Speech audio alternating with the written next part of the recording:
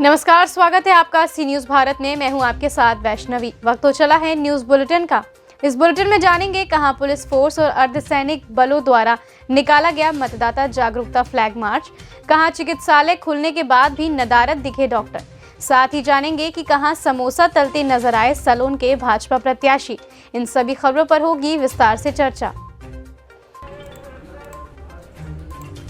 औरैया जनपद में जिलाधिकारी सुनील कुमार वर्मा, पुलिस अधीक्षक अभिषेक वर्मा के नेतृत्व में पुलिस फोर्स और अर्धसैनिक बलों के द्वारा मतदाता जागरूकता फ्लैग मार्च निकाला गया और तीसरे चरण में जनपद में 20 फरवरी को ज्यादा से ज्यादा वोट डालने की अपील की गई। वोट डालने में अगर कोई असुविधा होती है या कोई डराता है या प्रलोभन देता है तो पुलिस को सूचना जरूर दें, ऐसा कहा गया, ताकि पुलिस उस पर कार्यवाही कर सके। और जनपद में 60% मतदान हुआ था। इस बार कम से कम 90% मतदान जरूर हो। औरैया से सीनियर संवाददाता अखिलेश दीक्षित की रिपोर्ट। बदायूं जिले के नगर बिसौली में डॉक्टर लोगों की बड़ी लापरवाही सामने आई है। बताते चले कि पशुपालन विभाग राजकीय पशु चिकित्सालय में कोई भी डॉक्टर नहीं आया और चिकित्सालय खुला हुआ था। कोई भी कर्मचारी और डॉक्टर नहीं दिखाई दिया। इस बीच पशुपालन विभाग अधिकारियों की बड़ी लापरवाही सामने आ गई है। बदायूं से सीनियर संवाददाता चंद्रकांत की सी न्यूज भारत चैनल पर चलने की खबर का असर अब हो चुका है, जहां होटाई पंचायत के चिरचुरैया टाट और होटाई गांव के ग्रामीणों ने जन वितरण दुकानदार रागनी समूह पर कम राशन देने का आरोप लगाया था, जो कि सी न्यूज भारत ने ग्रामीणों की शिकायत को प्रमुखता से प्रकाशित और दिखाया भी था। खबर को देखते ही तत्काल जन वितरण दुकानदार रागनी समूह के द्वारा कार्डधारी विनय विश्वकर्मा, सुमित्रा देवी, जसोदा देवी, कविता देवी, बदन भुइयां, टिंकू भुइयां, सरिता देवी समेत कई लोग जिनको भी राशन नहीं दिया गया था उनको अब पूरा राशन दे दिया गया है, जिसे पाकर जितने भी कार्डधारी थे सभी ने सी न्यूज भारत चैनल की सराहना की है और उनके अंदर खुशी की लहर उठ गई है। गोड़ हमारा खराब होने के चलते हम ऑपरेशन करवाए, इसी चलते नहीं देने पाए होंगे। अच्छा, बाकी लोग आरोप लगाए तो उसका सबका राशन दे दिया और लोग को दे दिए और लोग जो है से दे दिया, मैंने सबको दे चुके हैं। दे चुके हैं सब। एक आध दो को बाकी है तो आपका गोड़ खराब हुआ है, इसके चलते नहीं देने पाए। अच्छा, तो उन लोग को देने के लिए बोले हैं? हाँ बोले हैं, कुर्जी भी दिए हैं। उन्हें आपके पास अगर जो बच्चे कुछ जाएंगे सबको दे देंगे? सबके दे देंगे, कोई के नहीं रखेंगे। पलामू से सीनियर संवाददाता अमित कुमार शर्मा की रिपोर्ट।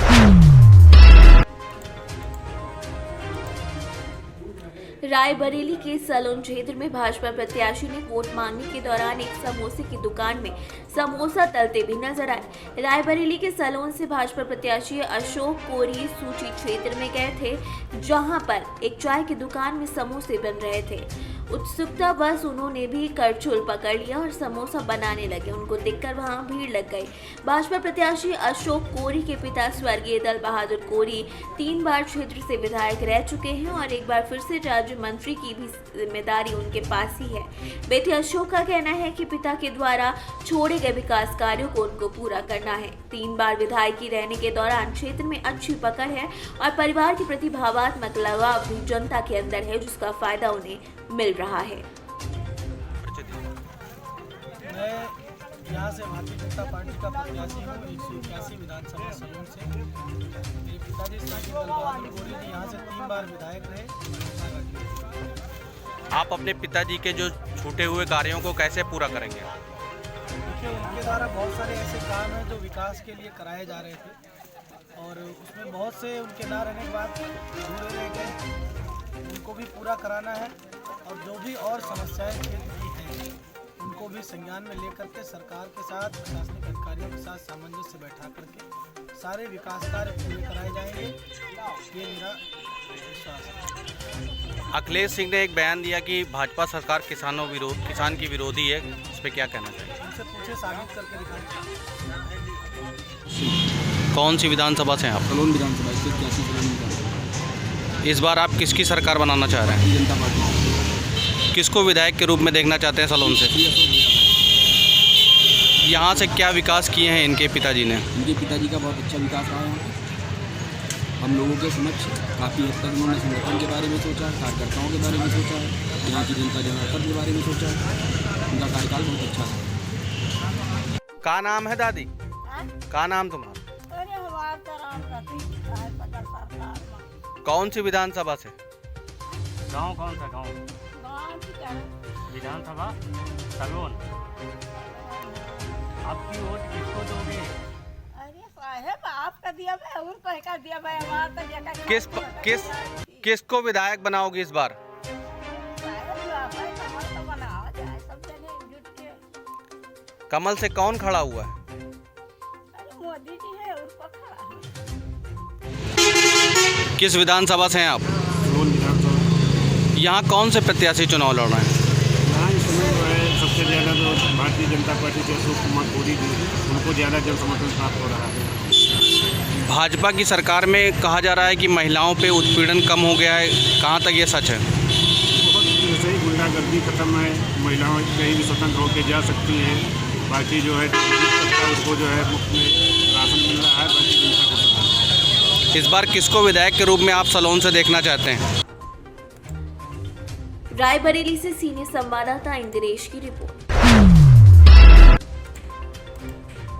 राज्य सरकार के द्वारा मगही, भोजपुरी और अंगिका भाषा को राजभाषा का दर्जा दिए जाने के निर्णय के बाद प्रदेश में सियासी भाषा पर विवाद और भूचाल थमने का अब नाम नहीं ले रहा है।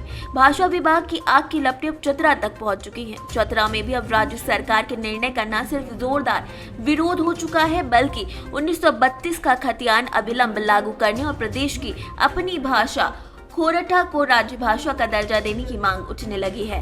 झारखंडी जनसंघर्ष मोर्चा के बैनर तले समर्थकों और कार्यकर्ताओं ने जिले के गिद्धौर प्रखंड मुख्यालय में जन आक्रोश रैली निकाली। रैली के माध्यम से सरकार में राज्य में 1932 का खतियान लागू करने, भोजपुरी, मगही और अंगिका भाषा के स्थान पर झारखंड में झारखंड की अपनी भाषा खोरठा को राजभाषा का दर्जा देने की मांग कही है। कहा कि झारखंड में बाहरी भाषा नहीं चलेगी। 1932 का खतियान हमारी पहचान है। हेमंत सरकार को इसे हर हाल में लागू करना होगा।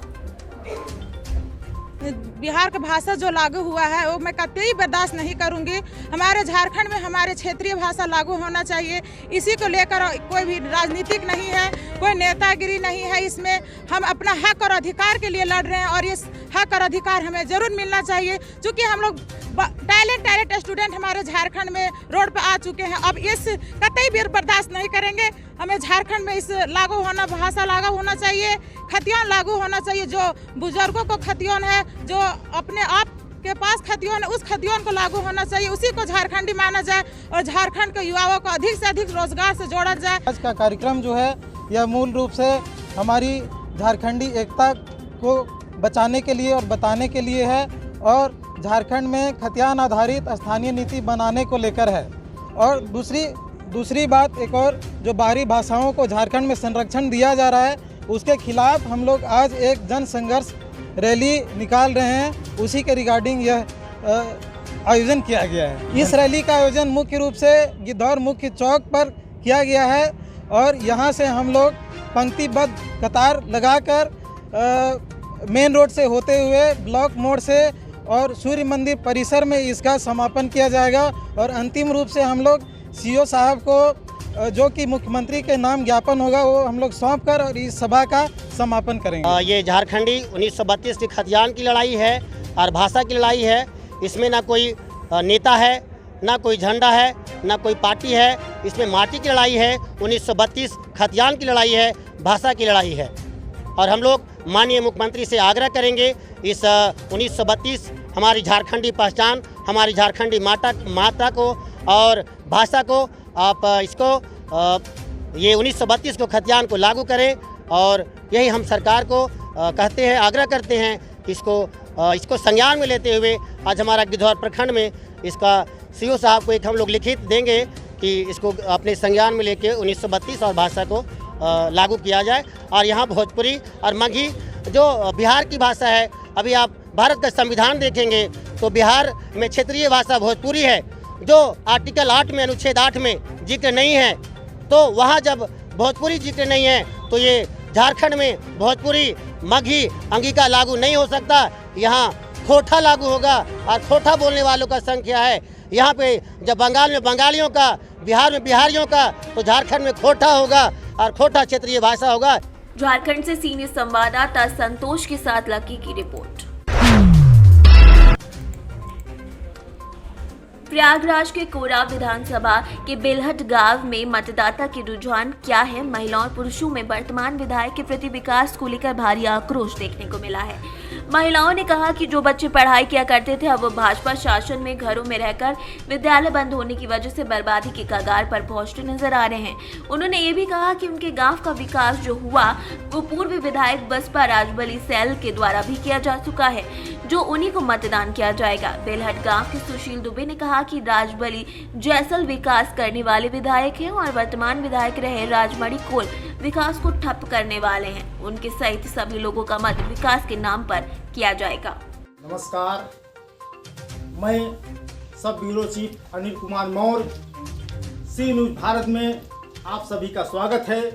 सी न्यूज़ भारत की एक खास पेशकश मतदाता कहिन। आज मैं मतदाता कहिन में बेलहट ग्राम सभा में हूँ। आइए, हमारे साथ में तमाम मतदाता यहाँ पे मौजूद हैं। हम उनसे यहाँ की मतदाताओं की राय जानते हैं।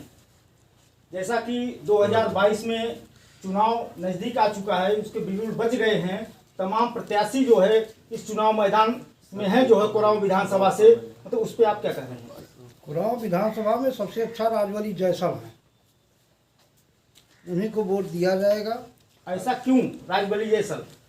उन्हें बड़ी काबिलियत है, न वो लड़ाई कराते हैं न दंगा फसाद कराते हैं, और कोई भी मामला हो उसको सुलझा देते हैं। जो हो सका विकास भी किए हैं, रोजगार नहीं करवाते हैं, कहीं कहीं गांव में जाना आना भी करते हैं। ये जो 5 वर्ष रहे राजमणि जैसल, ये कभी गांव में नहीं आए हैं, किसी के घर नहीं आए हैं, नहीं प्रचार करने पहली बार आए थे, नहीं अब आए हैं। लेकिन हमको तो ऐसा लग रहा है, जैसे आपने बताया राजमणि यहाँ के पुराने विधायक हैं, वर्तमान में भी जो है पार्टी ने उनको विश्वास जताते हुए उनको पुनः जो है मतलब चुनाव मैदान में उतारने का काम किया है। और हम देख रहे हैं जो है आप ये हम जानना चाहते हैं, कोराव विधानसभा के लिए विधायक किसको चुनना चाहते हैं और किसकी सरकार बनाना चाहते हैं? कोराव विधानसभा में मैं व्यक्तिगत नहीं, कोराव की आम जनता 2007 से 2012 तक विधायक रहे हैं माननीय राजबली जैसल, 2017 तक रहे हैं 10 साल, और 10 साल में उन्होंने जो विकास कराया है आज उसको जनता याद कर रही है।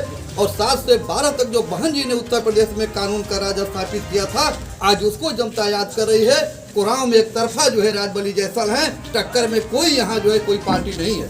ऐसा क्या है राजबली के अंदर जो आप लोग तमाम प्रत्याशी जो है चुनाव मैदान में, ऐसा क्या है उनके अंदर जो आप लोग उनको चुनना चाहते हैं? उनका विकास है, समता, स्वतंत्रता, बंधुत्व, प्रेम, भाईचारा जो राजबली जैसल ने कोराव की धरती पर स्थापित किया है, वह दूसरी किसी भी पार्टी के नेता ने स्थापित नहीं किया है। आज कोराव की जनता 5 साल जो सजा भुगत रही है उसको याद कर रही है। ये राम कुमार कुशवाहा आपसे दावा कर रहा है, आप देख लीजिएगा 10 मार्च को आप लोगों के सामने नतीजे आएंगे। कोराव एक तरफा राजबली जैसल के साथ है। पूरी यहाँ का चाहे छात्र हो, नौजवान हो, बेरोजगार हो, चाहे मजदूर हो, चाहे व्यापारी हो, सब एक तरफा आज राजबली जैसल जी के साथ में है। और राजबली जैसल जी ये कौन सी ग्राम सभा है? तो ऐसा क्या है, तमाम प्रत्याशी हैं, जैसे यहाँ से जो है कोल भी है, शिवसेना से जो है, और ये कांग्रेस से भी प्रत्याशी उतारे हुए हैं, जैसे रामकृपाल भी हैं, और भी ऐसे प्रत्याशी हैं। जैसल जैसा कोई नेता नहीं। प्रयागराज से सीनियर संवाददाता अनिल कुमार मौर्य की रिपोर्ट। कोरोना महामारी ने अनगिनत लोगों की जिंदगियां छीन ली, जिसको लेकर उत्तर प्रदेश सरकार ने कदम उठाते हुए सरकारी स्कूलों में पढ़ने वाले बच्चों को स्कूल आने से रोकने का फरमान सुनाया था। कई महीनों तक ये सिलसिला जारी रहा और अब एक बार फिर से सरकारी स्कूलों में बच्चों के आने पर रौनक लौट आई है। कुछ इसी तरीके का नजारा जनपद रामपुर के सरकारी स्कूलों में भी देखने को मिला। बच्चों की स्कूलों में आने के बाद जहां रौनक लौट आई है, वहीं शिक्षक भी स्कूल खुलने के बाद गदगद नजर आ रहे हैं। इस मामले में बेसिक शिक्षा अधिकारी कल्पना सिंह ने भी खुशी जाहिर की है। कितने दिन के बाद क्या क्या नियमों के साथ खोले गए जान जाएंगे? स्कूल शासन के द्वारा आदेश हुआ कि 14 तारीख से विद्यालय खुलेंगे। कोविड प्रोटोकॉल के तहत विद्यालय खुलेंगे। और उसमें पूरे सारे नियमों का ध्यान में रखा जाएगा। 14 को जो यहाँ पर इलेक्शन था, 15 को छुट्टी थी। आज से विधिवत विद्यालय खुल गए हैं और सारे बच्चे विद्यालय आकर बहुत ही प्रफुल्लित हैं। हमारे पास कैसे कई फोटोग्राफ्स वगैरह भी आए हैं जो देखकर मुझे भी बड़ी खुशी हो रही है, क्योंकि कोविड के चक्कर में बहुत समय हो गया, बच्चे विद्यालय से दूर हो गए थे और उनको विद्यालय आकर बहुत हर्ष का उनके अंदर उल्लास है।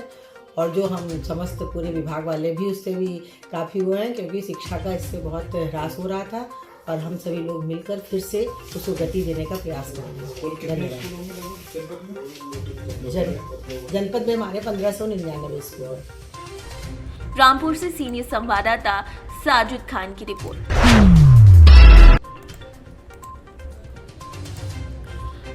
बड़ागांव अंतर्गत शासकीय माध्यमिक शाला मिथिला खेरा के ग्रामीणों की मांग के अनुसार माध्यमिक शाला में छात्रों की सुरक्षा की दृष्टि से विधायक निधि से बाउंड्री वॉल निर्माण किया गया था, जिसका लोकार्पण राकेश गिरी ने माध्यमिक शाला में आकर फीता काट कर किया। इस दौरान छात्र छात्राओं में सिर पर कलश रखकर विधायक राकेश गिरी का स्वागत किया। कार्यक्रम की शुरुआत सरस्वती की तस्वीर पर माल्यार्पण कर की गई, जहाँ राकेश गिरी का स्वागत साल श्रीफल ने किया और इसके साथ ही राकेश गिरी ने फेडवेस और स्कूल के गेट आदि कार्यों को शीघ्र करवाने का आश्वासन भी दिया।